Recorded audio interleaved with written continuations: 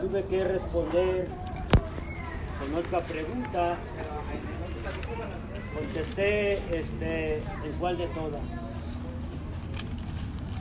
Este mundo está lleno de vírgenes. Bueno, toda aquella mujer que no ha tenido relaciones es virgen. Pero en cuanto en el sentido religioso, obviamente, hermanos, en todas las ciudades tienen diferentes vírgenes. Yo después contesté, mira, yo creo que Dios usó una mujer, y creo conforme dicen las Escrituras acerca de María. Dice, por ejemplo, allí en el capítulo 7, versículo 14, por tanto, el mismo Señor os dará señal. He aquí que la Virgen concebirá y parirá un hijo y llamará su nombre Emmanuel. El hijo de esta mujer, de quien está profetizando Isaías, iba a ser alguien especial, pues el nombre que llevaría sería Emmanuel.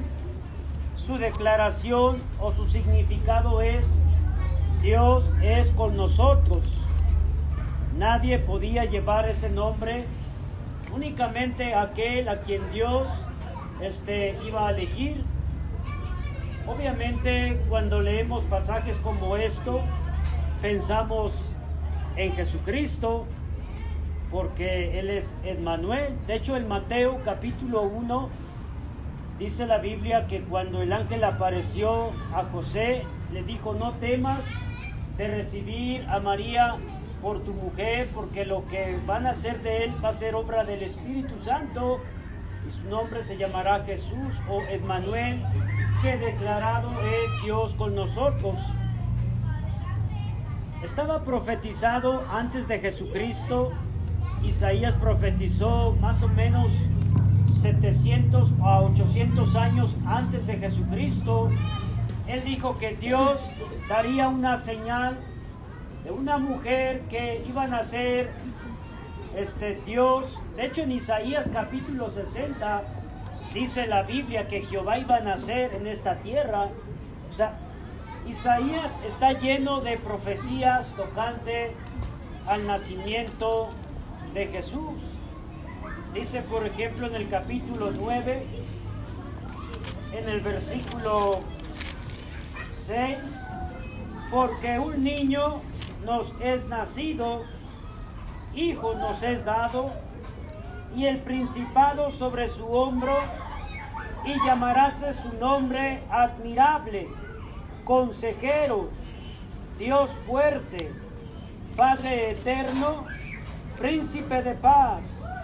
Lo dilatado de su imperio y la paz no tendrán término sobre el trono de David y sobre su reino, disponiéndolo y confirmándolo en juicio y en justicia desde ahora para siempre.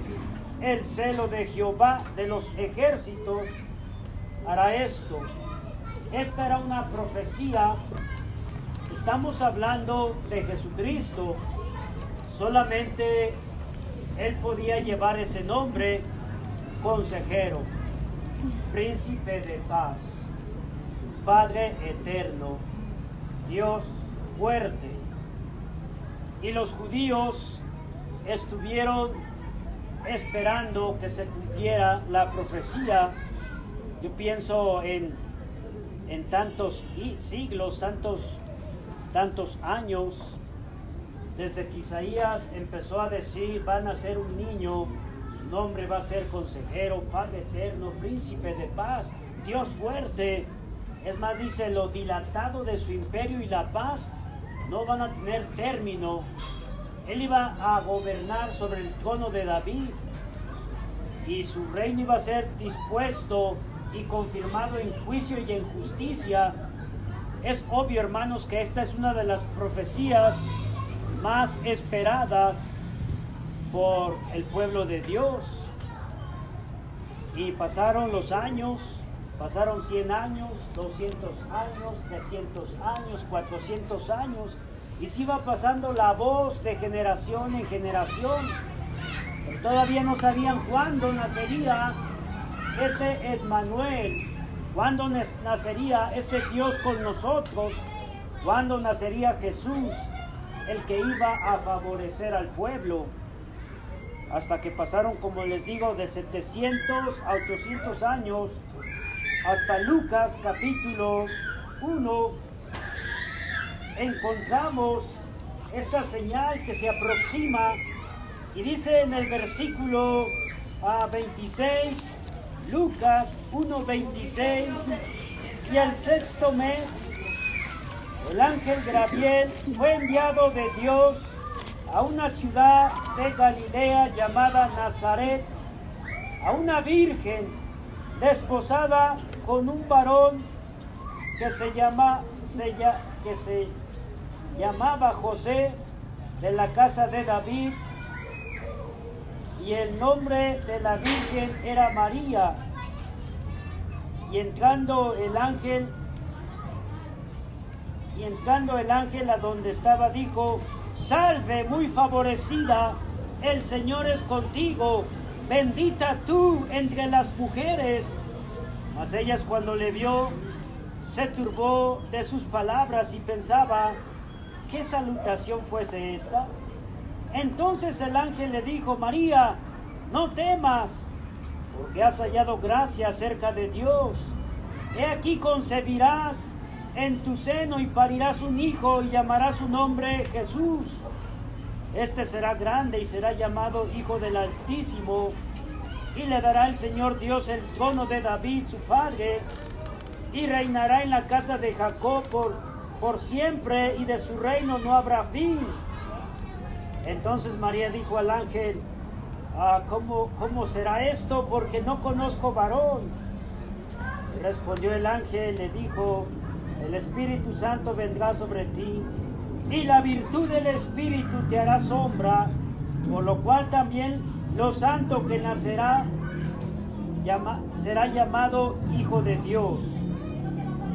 Obviamente, hermanos, ella no se lo esperaba.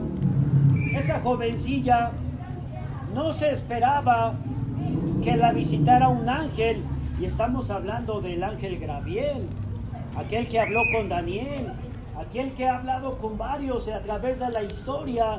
Ahora aparece a él para darle buenas noticias, y María no se lo esperaba. Dice: ¿cómo va a ser eso posible? Mira, yo no estoy casada, yo no conozco varón, yo no he tenido relaciones, ¿cómo puede ser? Pero la profecía decía que una virgen concibiría, o sea, iba a ser una mujer que no había tenido relaciones. Esa era la profecía, esa era la señal, porque si hubiese tenido relaciones ya no sería virgen. Pero aquí está hablando de que una virgen, una mujer limpia en ese aspecto, dice que de ahí iba a nacer el Hijo de Dios. Y el ángel le dio estas grandes noticias. Yo pienso, ella se quedó turbada, se quedó pensando: ay, ¿qué está pasando aquí? Porque el Señor ha visto aquí, me ha favorecido grandemente. Y de hecho lo exclama ella misma, lo dice allí en el 45. Primero dice esa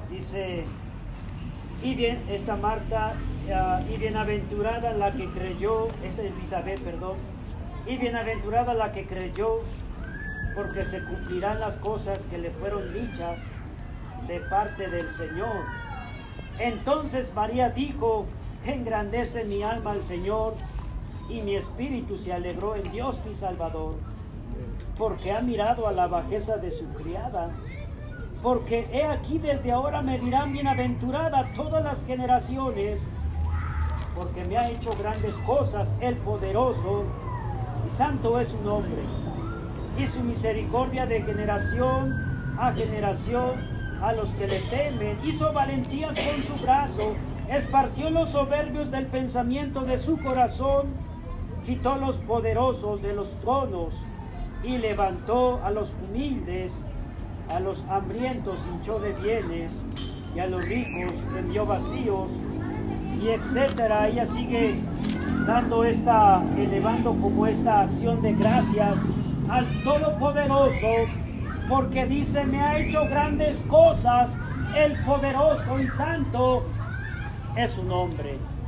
Gloria sea nuestro Dios, hermanos. Amén. Que Él llevó hasta el fin de los tiempos el cumplimiento de su Mesías, de aquel que venía a redimir a su pueblo del pecado.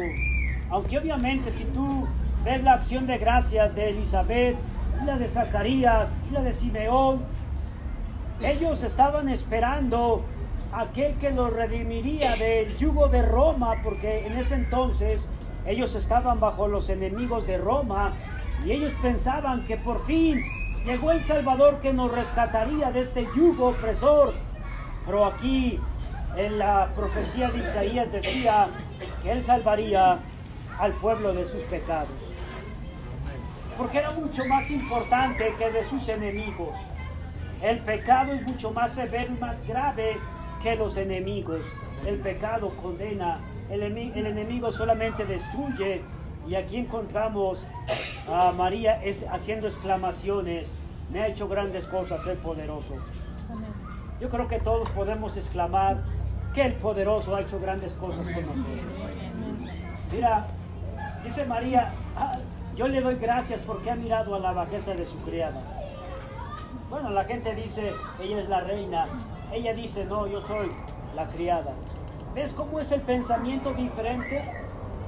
Pero dice aquí, hermanos, que ella siente una gratitud, porque ella se siente tan chiquita, se siente tan poca cosa como para prestar su cuerpo para que naciera el Salvador, el Padre eterno, el Príncipe de paz, el Emmanuel, el Dios con nosotros.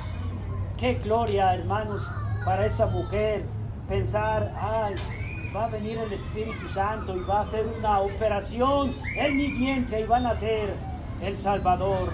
Y mira, hermanos, yo creo que todo cristiano, en cada vez que nos juntamos a la cena del Señor, hay demasiadas razones para glorificar a Dios, porque también Él ha mirado a la bajeza de sus criados. Pues ¿quiénes éramos nosotros? No somos más que barro,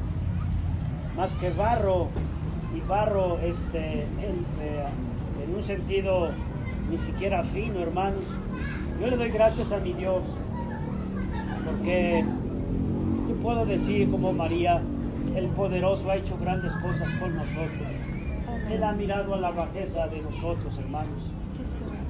Ni siquiera nos sentimos dignos de pronunciar su nombre, porque santo es su nombre, y nosotros simplemente somos materia, somos barro. Pero dice ahí también que hinchó de bienes, que llenó de bienes a los hambrientos, y a los ricos envió vacíos, hermanos. ¿De qué bienes está hablando esta profecía o esta María? ¿De qué bienes está hablando, hermanos? Pues de aquellos que el dinero no puede comprar. ¿Qué tal la paz? La esperanza de un día entrar a los cielos. El gozo, hermanos, que solamente Dios puede darnos. Mira, nosotros tenemos bienes que el dinero no puede comprar, hermanos. Tenemos la paz, hermanos. Al menos mi alma tiene paz, hermanos. Yo tengo gozo, tengo esperanza. Sé que un día se va a cumplir las promesas de Jesús. Él vino a morir por nosotros, nos ofrece vida eterna, nos da la gracia, nos concede la fe para creerlo. Y un día se cumplirá, hermanos. Hoy aquí estamos solamente celebrando que un día Él cumplirá la vida eterna que nos ha prometido. Gloria sea a nuestro Señor Jesucristo. Amén.